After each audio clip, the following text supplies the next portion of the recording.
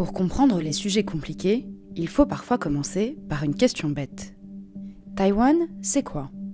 Commençons par dire que c'est une île de 23 millions d'habitants, de la taille des Pays-Bas, située ici, tout près de la Chine continentale. Et c'est là que ça commence déjà à se compliquer. Parce que ce territoire a un statut très particulier. Taïwan fonctionne de fait comme un État indépendant, avec un drapeau, une présidente, Tsai Ing-wen, et un gouvernement. Mais Pékin revendique sa souveraineté sur le territoire et prône la politique d'une seule Chine, qui consiste à dire que la Chine et Taïwan ne sont qu'un seul et même pays. Et la République populaire de Chine affirme d'ailleurs représenter Taïwan à l'ONU depuis un demi-siècle. Mais le président chinois, Xi Jinping, veut aller plus loin. Il affirme régulièrement sa volonté de réunification de la Chine avec Taïwan, faisant craindre une attaque armée. Pourquoi le dirigeant chinois parle de réunification, au juste ? Et d'où vient cette relation complexe entre les deux territoires ?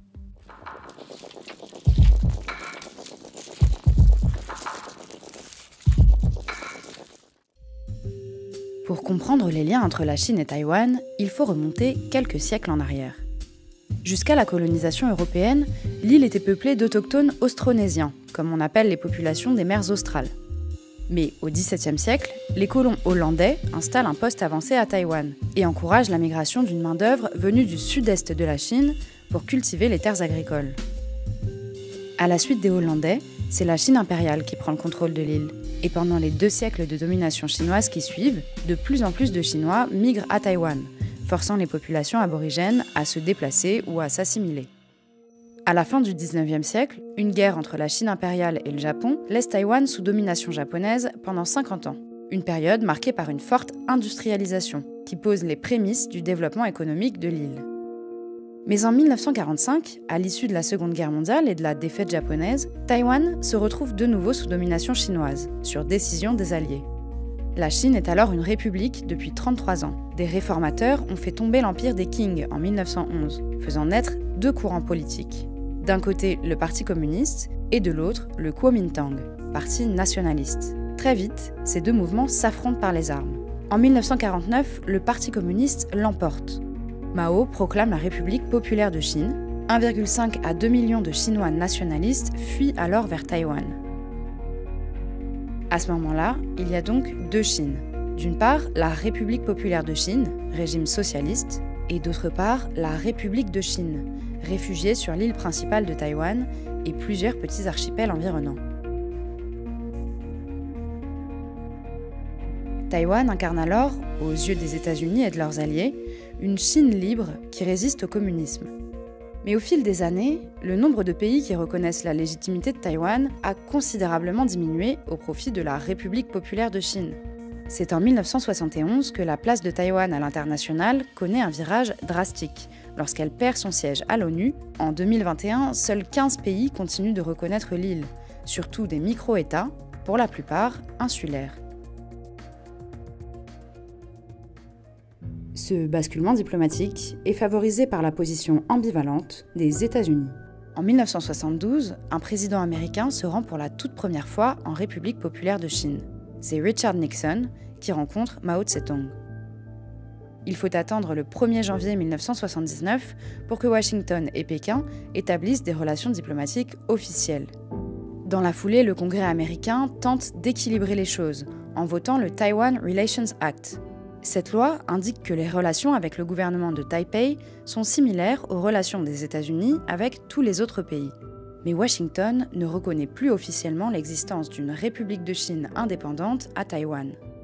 L'île est progressivement lâchée sur le plan diplomatique, mais en parallèle, elle se démocratise.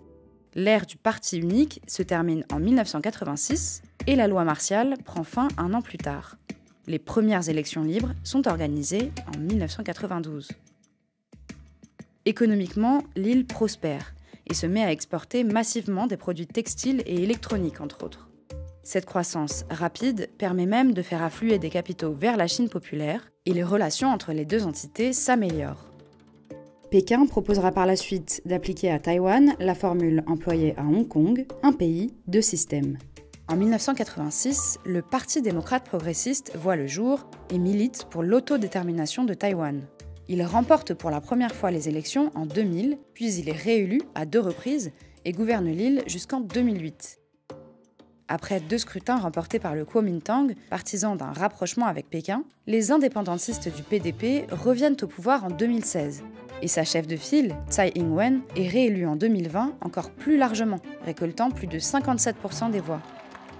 La volonté de préserver l'autonomie de l'île semble donc aller croissant ces dernières années dans l'opinion taïwanaise. Il faut dire que le président Xi Jinping, au pouvoir depuis 2013, a significativement augmenté la pression sur les territoires revendiqués par Pékin. À cet égard, l'exemple de Hong Kong est frappant.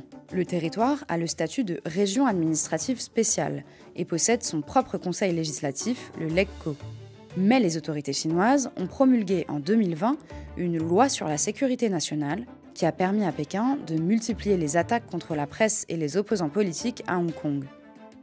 L'agressivité de la Chine à l'égard de Taïwan s'est elle aussi accrue ces derniers mois. Les incursions de l'armée chinoise dans la zone d'identification de Taïwan, c'est-à-dire l'espace aérien de défense surveillé par les forces taïwanaises, sont quotidiennes.